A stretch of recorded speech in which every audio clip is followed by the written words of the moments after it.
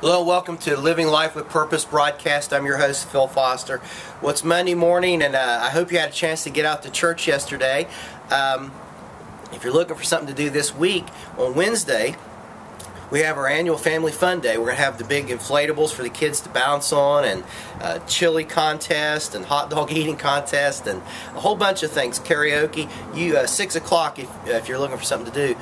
But in Isaiah 6, God was one day looking for someone to help out, and the prophet Isaiah stepped forward. He said, "Lord, here am I, use me."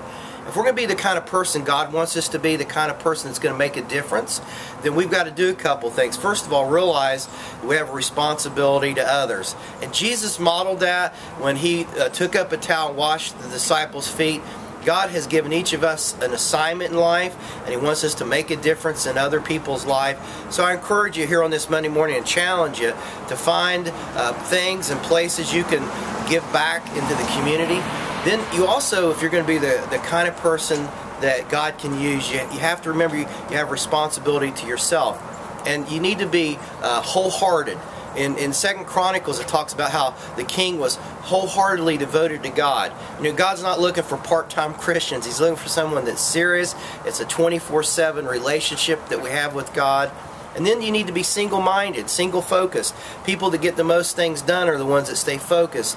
And one of the reasons we need to stay focused on making a difference and building the kingdom of God is because, all of us have, our days are numbered. And one day all of us are going to pass away from the scene. And hopefully that's not anytime soon for you or I today. But the reality is the Bible says that life is like a vapor. So now is a good time to give God 110%. And I'm going to tell you something. One day when you stand before Him and you hear Him say, "Well done, thy good and faithful servant," it'll be worthwhile. So listen, I'm all out of time for today, so until we get together tomorrow, may God bless you, and hey, have a great day.